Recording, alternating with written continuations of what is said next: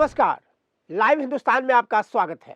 मैं हूं प्रमोद मल्लिक और आप देख रहे हैं हमारा विशेष कार्यक्रम 15 अगस्त की 15 कहानियां।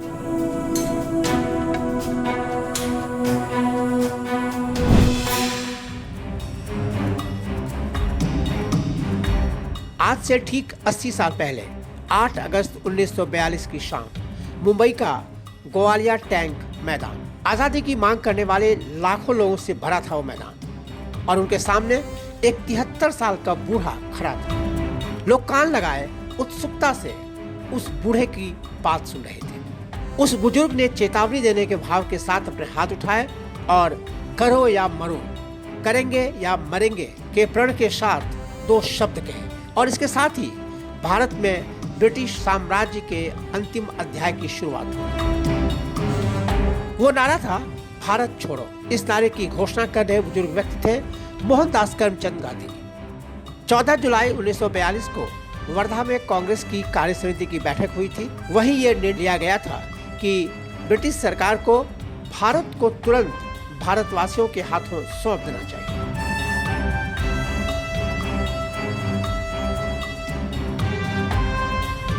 सात अगस्त को मुंबई के ग्वालियर टैंक मैदान में कांग्रेस की कार्य समिति की बैठक हुई।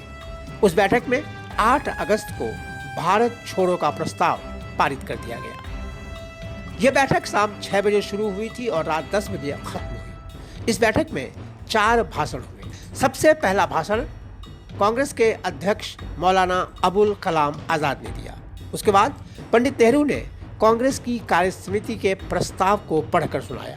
उसके बाद सरदार पटेल ने भाषण दिया और नेहरू के प्रस्ताव को मंजूरी दी। चौथे वक्ता थे महात्मा गांधी। महात्मा गांधी ने इस बैठक में कुल 3 भाषण दिए थे। इनमें से एक भाषण अंग्रेजी में था, जिसमें उन्होंने क्विट इंडिया का ऐतिहासिक नारा दिया था। क्विट इंडिया का कई भाषाओं में अनुवाद किया गया और इसे हिंदी में भारत छोड़ो कहा गया। मराठी में से चले जाओ कहा गया। अंग्रेजों के खिलाफ इस आंदोलन का नाम भारत छोड़ो आंदोलन कैसे पड़ा, ये दिलचस्प है। कई नामों के सुझाव आए।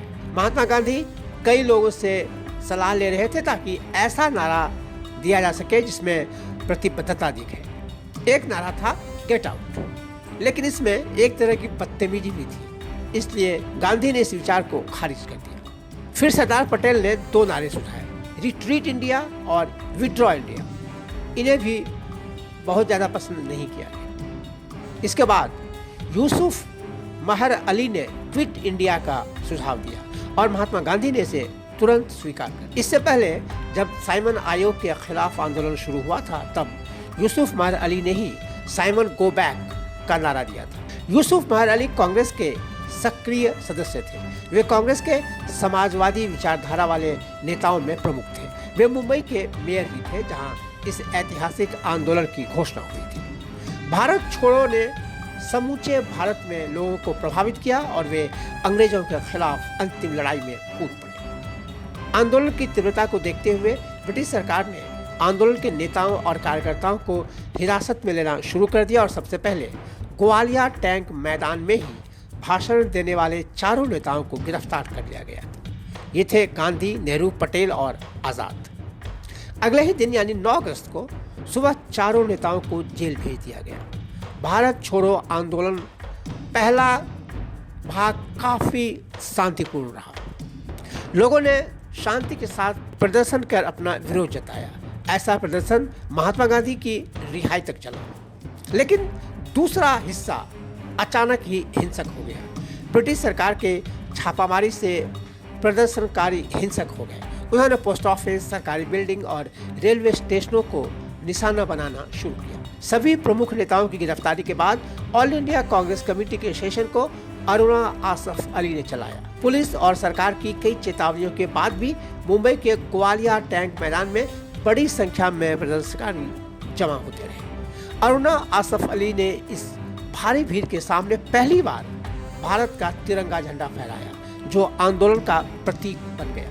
आंदोलन के आखिरी फेज यानी सितंबर 1942 में प्रदर्शनकारियों ने मिलकर मध्य प्रदेश और मुंबई में सरकारी संस्थानों पर जमकर बमबाजी की और ये आंदोलन के लिए बुरा साबित हुआ।